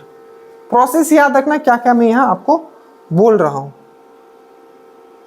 ठीक है। उसके बाद ये बहुत ही बेहतरीन है, ठीक है। उसके बाद आता है आपका डिस्टिलेशन, ठीक है, जिसको बोलते हैं आसवन विधि। अब देखो ये बहुत इंपॉर्टेंट है क्योंकि दिन पर दिन क्या होते जा रहा है, जो प्योर वाटर है उसका हमें कमी होते जा रहा है। और जो हमारे पास जो सी में जो हमारा वाटर है, जो सागर में हमारा जो वाटर है वो क्या है, वो नमकीन है, ठीक है। तो नमकीन को, उस नमकीन पानी को अच्छा बनाने के लिए भी हम लोग यही प्रोसेस यूज करते हैं, ठीक है। वो है आपका डिस्टिलेशन। तो पूछा जाता है जो डिसैलिनेशन होता है, ठीक है, अलवणीकरण जो होता है, अलवणीकरण में कौन सा मेथड यूज किया जाता है, क्योंकि पानी, शुद्ध पानी अगर हमें चाहिए, हमें अगर नमकीन पानी से, तो हम लोग क्या यूज करेंगे, हम लोग डिस्टिलेशन प्रोसेस। अब देखो इसमें क्या होता है, सबसे पहले तो आप ये समझो, ठीक है, ये सब एनसीईआरटी से उठाया हुआ। सबसे पहले तो आप ये समझो कि इसमें जो किस टाइप की चीजों को हम लोग, किस टाइप के मिक्सचर को हम लोग यहाँ अलग कर सकते हैं। सबसे पहले तो आपको ये समझना है। देखिए, तो आप ये समझो यहाँ कि ऐसा कोई भी, ठीक है, पदार्थ, दो पदार्थ, ठीक है, जिसका बॉइलिंग पॉइंट में डिफरेंस हो, ठीक है। क्या मैंने बोला, आपका बॉइलिंग पॉइंट मतलब क्वथनांक बिंदु में जिसका डिफरेंस हो, ठीक है, उसमें क्या होता है, हम लोग डिस्टिलेशन प्रोसेस यूज करते हैं। मैं अभी समझा रहा हूं, देखिए कैसे।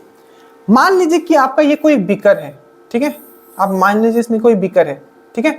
इसमें हमने क्या मिला दिया है, इसमें हमने मिला दिया, मान लीजिए पानी मिला है, वाटर है प्लस एल्कोहल, एकदम मिला के रख दिया। और हमें क्या चाहिए, हमें क्या चाहिए ये बताओ, हमें क्या चाहिए, ये इन दोनों को आपको अलग करना है, ठीक है, आपको अलग करना है। मान लीजिए कि आपको इसमें से एसीटोन, अब कुछ भी निकालना है, मान लीजिए, ठीक है। मान लीजिए हमने एल्कोहल किया है और हमने यहाँ वाटर, हमारा दोनों मिक्स है, ठीक है। और हमको क्या करना है, मान लीजिए इससे वाटर निकालना है हमें, ठीक है, या हमको एल्कोहल निकालना है, जो आप चाहो। तो इस पे करना क्या है, अब एक चीज आपको ध्यान रखना है कि वाटर, ठीक है, और एल्कोहल, तो एल्कोहल का जो क्वथनांक मतलब जो बॉइलिंग पॉइंट होता है वो 78 डिग्री सेल्सियस होता है, पर वाटर का जो बॉइलिंग पॉइंट होता है वो 100 डिग्री सेल्सियस होता है।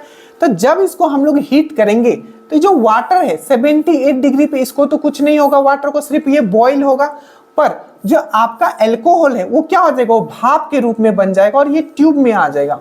और इस ट्यूब में वो जैसे आएगा, ये ट्यूब में क्या कर देता है, ये ट्यूब एक ऐसा ट्यूब होता है, बाहर से लगा होता है, जो भी इसमें भाप आएगा उसको वो ठंडा कर देता है। तो जैसे ही यहाँ से एल्कोहल गया, भाप बन के ये ट्यूब में आया, ट्यूब क्या कर देगा, बाहर से इसको ठंडा कर देगा, मतलब ठंडक देगा, और फिर से वो क्या हो जाएगा, वो लिक्विड के फॉर्म में एल्कोहल आ जाएगा और यहाँ मेरा एल्कोहल जमा हो जाएगा। तो आपने समझा इसका प्रोसेस क्या होता है। ऐसा दो लिक्विड जिसका बॉइलिंग पॉइंट में बहुत डिफरेंस है, ठीक है, उस में हम लोग क्या करते हैं, डिस्टिलेशन प्रोसेस हम लोग यूज करते हैं। एक और एग्जांपल, जैसे वाटर है और एसीटोन है, ये दोनों मान लीजिए मिक्सिंग है, और आपको क्या चाहिए, एसीटोन चाहिए। एसीटोन का 56 डिग्री सेल्सियस है। आपने यहाँ क्या रखा, आपने यहाँ एसीटोन रखा और आपने क्या रखा, आपने वाटर रखा, फिर से आपने हीट किया, तो एसीटोन क्या होगा 58 डिग्री सेल्सियस पे हीट हो जाएगा, वो फिर से क्या होगा इधर से गैस बन के इसमें आ जाएगा, फिर यहाँ ठंडा हो जाएगा और ये इसमें आ जाएगा, और वाटर तो इधर ही रह जाएगा। तो ये होता है, बहुत ही बेहतरीन तरीके से समझा रहा हूं, एकदम समझते हुए चलिएगा। तो ये हो गया, वही लिखा हुआ है कि इस विधि का उपयोग तब किया जाता है जब दो तरल पदार्थों, that means two liquid matter का क्वथनांक भिन्न होता है, डिफरेंट बॉइलिंग पॉइंट होता है। ठीक है, समझ में आया? एग्जाम्पल भी मैंने समझा दिया, आपको पूछ लिया जाएगा कि अल्कोहल और आपका वाटर को अलग करना है तो कौन सा मेथड यूज करोगे, तो डिस्टिलेशन मेथड यूज करोगे। आप किस टाइप के मिक्सचर में ये यूज होता है आपको ये समझना है। ठीक है, अब देखो इसका जो सबसे बड़ा यूज है, ठीक है, इसका जो सबसे बड़ा यूज है वो है आपका क्या, तो वो है आपका डीसैलिनेशन में। अब ये भी पूछा गया था कि डीसैलिनेशन क्या होता है, अलवणीयकरण क्या होता है। तो देखिए, यह एक ऐसी प्रक्रिया है जिसमें खनिज पदार्थ को खरे पानी से अलग किया जाता है। खरे पानी से अलग किया जाता है, तो खरे पानी से अलग किया जाता है जब कोई खनिज पदार्थ को, तो उसको क्या बोलते हैं, अलवणीयकरण बोलते हैं। ठीक है, आसवन विधि, देखो आसवन तकनीक का उपयोग किया जाता है। डीसैलिनेशन में किसका उपयोग किया जाता है, तो डिस्टिलेशन टेक्निक जो यूज किया जाता है किसके लिए, डीसैलिनेशन के लिए। आपको अच्छे से ये चीज याद करके रखना है। तो डीसैलिनेशन आपको पूछा जाएगा कि डीसैलिनेशन टेक्निक कहाँ यूज होता है, तो मतलब ये आपका डीसैलिनेशन के लिए कौन सा टेक्निक यूज होता है, तो distillation, D for desalination, D for distillation, ये चीज आपको याद रखना है। ठीक है, अब बोलोगे सर ये कैसे होगा, तो मान लीजिए नमक, ठीक है, नमक है, ठीक है, और आपका पानी है, नमक है और आपका पानी है, ध्यान से समझिएगा, नमक है और आपका पानी है। ठीक है, आपने 100 डिग्री सेल्सियस पे इसको हीट किया, ठीक है, हीट किया, तो जो पानी होगा वो क्या होगा, ये पानी तो नमक में ही ना, नमक और पानी एक साथ था, पर 100 डिग्री करेंगे नमक तो आपका वाष्प नहीं बनेगा ना, पर पानी क्या वाष्प बन जाएगा, और वो फिर से क्या आ जाएगा, ये यहाँ आ जाएगा, फिर से पानी को ठंडा कर दिया जाएगा, जो पानी के मतलब वाटर वेपर के फॉर्म में जो पानी है, फिर इसको ठंडा कर दिया जाएगा, और फिर से जैसे ठंडा होगा फिर से वो पानी का रूप ले लेगा और आपको शुद्ध जल मिल जाएगा। कहाँ से, आपको नमकीन जल से। तो यही बहुत इंपॉर्टेंट है, तमिलनाडु में बहुत जगह लगाया भी गया है ये डीसैलिनेशन, ठीक है, ताकि पीने वाला पानी अच्छा मिल पाए। ठीक है, तो ये हो गया आपका डीसैलिनेशन। ठीक है, उसके बाद एक है आपका फ्रैक्शन, यहां भी डिस्टिलेशन है, वहां भी डिस्टिलेशन था, बट यहां है फ्रैक्शनल डिस्टिलेशन। ठीक है, देखिए तो जो फ्रैक्शनल डिस्टिलेशन है, बस इतना याद रखना, डिस्टिलेशन और फ्रैक्शन डिस्टिलेशन में बस इतना डिफरेंस है, इतना डिफरेंस है कि वहां क्या था, जो भी दो पदार्थ थे, दो मैटर थे, ठीक है, उसका बॉइलिंग पॉइंट में बहुत डिफरेंस था। बट मान लीजिए दो ऐसे पदार्थ और जो मिक्स है, ठीक है, और जिनका बॉइलिंग पॉइंट ऑलमोस्ट बहुत ही सेम है, तो उस वैसे मिक्सर को अलग करने के लिए हम लोग फ्रैक्शन डिस्टिलेशन लेते हैं। इसका सबसे बड़ा यूज कहाँ है, तो पेट्रोलियम प्रोडक्ट में। आपको अच्छे से बस इतना याद रखना है, क्योंकि थोड़ा थोड़ा डिफरेंस पे देखो कि अलग अलग चीज हमको मिलता है। तो जब हम लोग क्रूड ऑयल मतलब बोलते हैं ना, सागर से जो हम लोग क्रूड ऑयल मतलब कच्चा तेल लेके आते हैं, तो उसमें किरासन भी होता है, पेट्रोल भी होता है, डीजल भी होता है, तो उसको किससे अलग किया जाता है, तो आपको याद रखना फ्रैक्शन डिस्टिलेशन से यही चीज लिखा हुआ है। इस विधि का उपयोग तब किया जाता है जब दो तरल पदार्थों मतलब टू लिक्विड का जब बॉइलिंग पॉइंट में डिफरेंस बहुत ही कम होता है। अच्छे से याद रखिएगा। ठीक है, इसका मेन यूज कहाँ है, क्रूड ऑयल।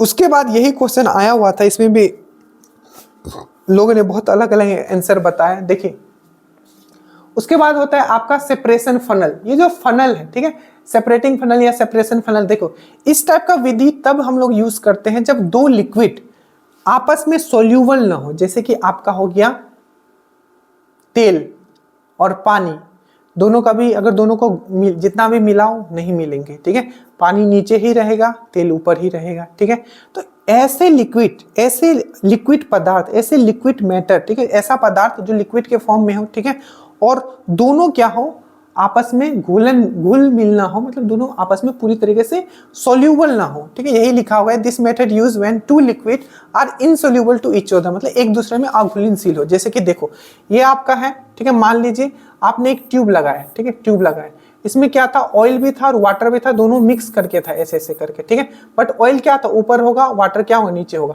तो जब भी इस टाइप में ऑयल और वाटर वाला आपको कोई पानी मिले, तो हमने क्या किया, एक फनल क्रिएट किया, उसमें हमने वो चीज डाल दिया। अब ऊपर क्या होगा, ये ऑयल होगा, नीचे क्या होगा, आपका वाटर होगा, नीचे से हमने वाटर निकाल लिया, ऊपर आपका ऑयल रह जाएगा। तो इस यही क्वेश्चन आया हुआ था, तो इसका जो आंसर होगा ये सेपरेशन फनल होगा। ठीक है, जो पहला क्वेश्चन हम लोग ने देखा था।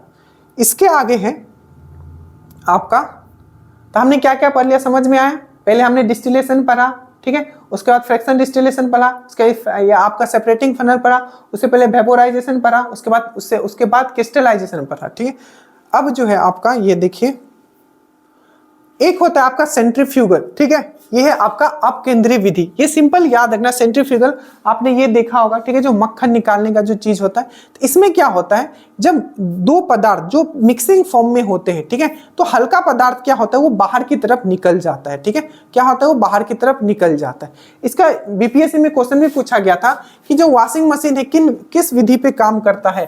तो आपको याद रखना, जो वॉशिंग मशीन है वो किस विधि पे काम करता है, तो वो आपका इसी विधि पे काम करता है। जो पानी जो उसको निकाल देता है, सुखाने में जो काम करता है, ठीक है, जो कपड़ा आप उसमें ही सुखा ले, तो किससे, कैसे कैसे कैसे, तो यही इसी के कारण, जब उसे जरा गड़ता है तो पानी बाहर के फेंक जाता है। ठीक है, ऐसे ऐसे घुमाता है, तो वही यूज होता है। तो वॉशिंग मशीन कौन से प्रिंसिपल पे, बीपीएससी का कौन सा, तो सेंट्रीफ्यूगल मेथड पे वो काम करता है। बटर से जब हम लोग मिल्क निकालते हैं, मतलब मिल्क से जब हम लोग बटर निकालते हैं, ठीक है, मिल्क से जब हम लोग बटर निकालते हैं, तो वो भी इसी मेथड से हम लोग निकालते हैं। ठीक है, और याद रखिएगा, जो आपका टेस्ट किया जाता है लैब में, चाहे आपका यूरिन टेस्ट हो, ठीक है, चाहे आपका ब्लड टेस्ट हो, तो इसमें बहुत सारी चीजें होती है। यूरिन में भी बहुत सारा कंपोनेंट होता है, ब्लड में भी बहुत सारा कंपोनेंट होता है। तो जो यूरिन टेस्ट होता है, जो ब्लड टेस्ट होता है, उसमें भी सेंट्रीफ्यूगेशन मेथड यूज होता है। तो वॉशिंग मशीन, मिल्क वाला कंसेप्ट और ये लैब वाला कंसेप्ट, यूरिन हो चाहे ब्लड हो, ये सब में आपका ये चीज यूज होता है। ये चीज अच्छे से याद रखिएगा। ठीक है, उसके बाद एक और है जिसको हम लोग बोलते हैं क्रोमोटोग्राफी। क्रोमोटोग्राफी बस अभी इतना याद रखिएगा, कभी इसको हम डिटेल में भी समझाएंगे कि जो भी रंगों का रंग, जो मिक्स कोई रंग है, ठीक है, वो मिक्स है किसी आपका सॉल्यूशन में, किसी आपका विलियन में पूरा रंग मिक्स है, ठीक है, तो उस रंगों का पृथक्करण करने के लिए, सेपरेशन करने के लिए जो मेथड हम लोग यूज करते हैं, उसको हम लोग क्रोमोटोग्राफी बोलते हैं। ठीक है, तो ये भी चीज अच्छे से याद रहा, ये भी पृथक्करण का एग्जांपल है। ठीक है, तो अब हम लोग क्वेश्चन पे आते हैं अपना कि हमारा क्वेश्चन क्या था। अब कभी एग्जाम में आपको प्रॉब्लम होगा ही नहीं। पहला क्वेश्चन का, which of the following mixture can be separate by different funnel. Funnel का यूज करके, कीप का यूज करके किसको हम लोग अलग करते हैं। ठीक है, निम्नलिखित में से कौन सा मिश्रण कीपो या फनल द्वारा अलग होता है। तो पहला है आपका एल्कोहल एंड वाटर। अब जल्दी से बताओ, एल्कोहल एंड वाटर मैंने अभी समझाया था, एल्कोहल एंड वाटर किससे अलग होगा, जल्दी से बताओ। दोनों का क्या है, बॉइलिंग पॉइंट अलग अलग है, क्वथनांक बिंदु अलग अलग है। तो ये डिस्टिलेशन आश्वासन मेथड से वो अलग होगा, डिस्टिलेशन से।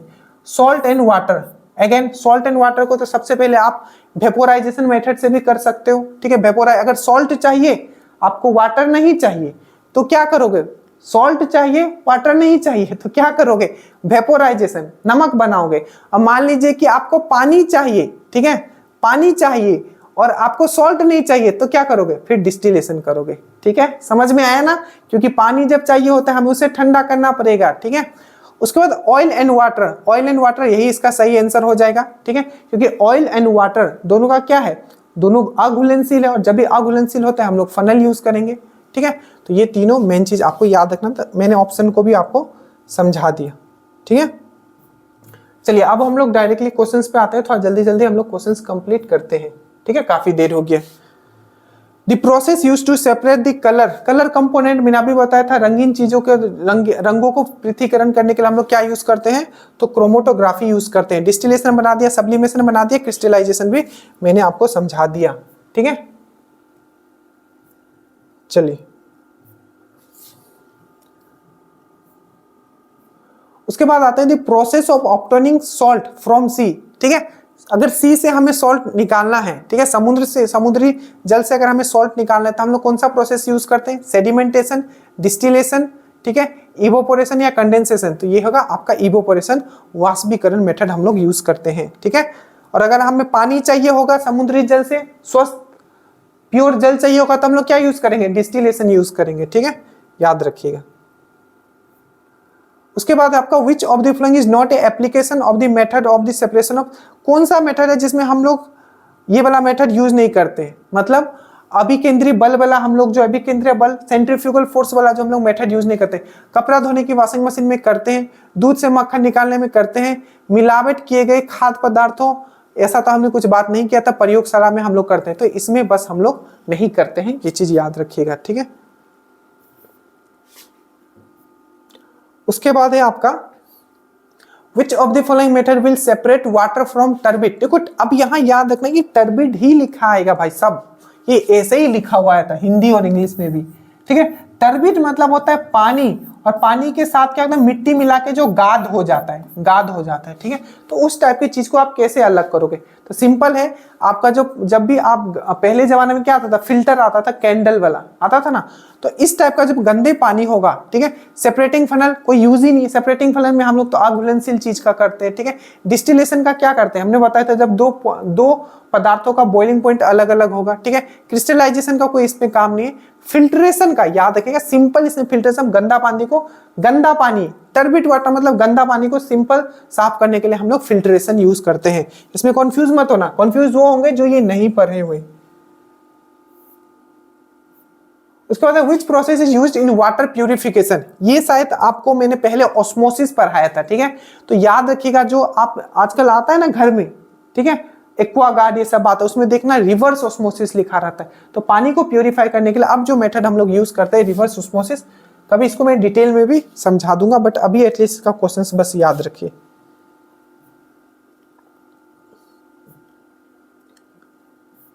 उसका 18 what is the process separating hydrogen. अब ये देखो, ये बड़ा सिंपल सा क्वेश्चन है, मैंने आपको करवाया था, ठीक है, जब आपको मैंने ये करवाया था रोस्टिंग, कैल्सिनेशन, ये सब जब मैंने आपको करवाया था, ठीक है, मेटलर्जी जब मैंने चैप्टर आपको करवाया था, ठीक है। तो सिंपल है, जब आपको मान लीजिए कि what is the process of separating hydrogen from water, जल से हाइड्रोजन को कैसे, मान लो ये H2O है, ठीक है, इसमें से मुझे H चाहिए, तो कैसे आप निकालोगे, इसका आप इलेक्ट्रोलाइसिस करोगे तो हाइड्रोजन जो है आपका H+ के फॉर्म में आ जाएगा, ठीक है। ये चीज मैंने आपको बताया है पहले भी, ठीक है, कि जब इलेक्ट्रोलाइसिस करोगे तो आयन में टूट जाएगा H2O, तो ये क्या हो जाएगा, इलेक्ट्रोलाइसिस हो जाएगा, ठीक है, इसमें कुछ है नहीं। इसके बाद है which of the following factor reduce the rate of evaporation, बहुत अच्छा क्वेश्चन है ये, देखिए निम्नलिखित में से कौन सा कारक वाष्पीकरण, ये सब ग्रुप डी के क्वेश्चन है, ठीक है, क्लास 10 के एनसीईआरटी, निम्नलिखित में से कौन सा कारक वाष्पीकरण की दर को कम कर सकता है, तो रेट ऑफ इवापोरेशन कौन कम कर सकता है, ठीक है। अगर टेम्परेचर को इंक्रीज कर देंगे तो क्या हो जाएगा, आपका सिंपल है, आपका इवापोरेशन और ज्यादा इंक्रीज हो जाएगा, ठीक है। इंक्रीज सरफेस एरिया अगर इंक्रीज कर देते तो इवापोरेशन और ज्यादा हो जाएगा। इंक्रीज इन प्रेशर, इससे भी आपका रिडक्शन तो एटलीस्ट नहीं होगा। रिडक्शन जो होगा आपका, अगर ह्यूमिडिटी ज्यादा हो जाता है, आप सिंपल सा समझो, अगर आपके वातावरण में, ठीक है, नमी अगर ज्यादा हो गई, ह्यूमिडिटी ज्यादा मतलब अगर नमी अगर ज्यादा हो गया, ठीक है, नमी अगर ज्यादा हो गया, आर्द्रता अगर ज्यादा हो गया, तो ये क्या हो जाएगा, आपका जो इवापोरेशन का रेट है वो घट जाएगा। तो इसका जो सही हो जाएगा, ये हो जाएगा आपका ह्यूमिडिटी, ठीक है, समझे। ह्यूमिडिटी मतलब आपका होता है आर्द्रता, आर्द्रता मतलब आपका वायुमंडल में पानी का कितना मात्रा है, अगर पानी का मात्रा अगर बढ़ गया तो सिंपल है, जो पानी ऊपर जाएगा वो कम जाएगा, ठीक है, तो इसका ह्यूमिडिटी हो जाएगा, ये चीज आपको याद रखना है। अब देखो टेम्परेचर इंक्रीज करोगे तो क्या होगा, सिंपल सी बात है, और बढ़ेगा, ठीक है। सरफेस एरिया अगर आपने इंक्रीज कर दिया तो यहाँ था, यहाँ से अभी वाष्पीकरण होता है, तो सरफेस एरिया बड़ा कर दोगे तो और ज्यादा वाष्पीकरण हो जाएगा, तो दो तो आप ऐसे ही इसको हटा सकते थे, ठीक है। Dash is a surface phenomena, कौन सा है जो सतही घटना है, ये भी मैंने आपको पढ़ाया हुआ है, दो चीज मैंने आपको पढ़ाया था, ठीक है। एक ये होता है उबलना और एक होता है आपका वाष्पीकरण। उबलना जो होता है ये आपका एक होल प्रोसेस होता है, ये सतह प्रोसेस नहीं होता। मान लो कोई चीज को आप उबालते हो तो ऐसा नहीं कि सिर्फ ऊपर उबल रहा होता है, वो नीचे से लेकर ऊपर, तो याद रखना होल प्रोसेस किसमें होता है, ठीक है, पूरा होल प्रोसेस, तो ये होता है उबलना, ठीक है, उबलना।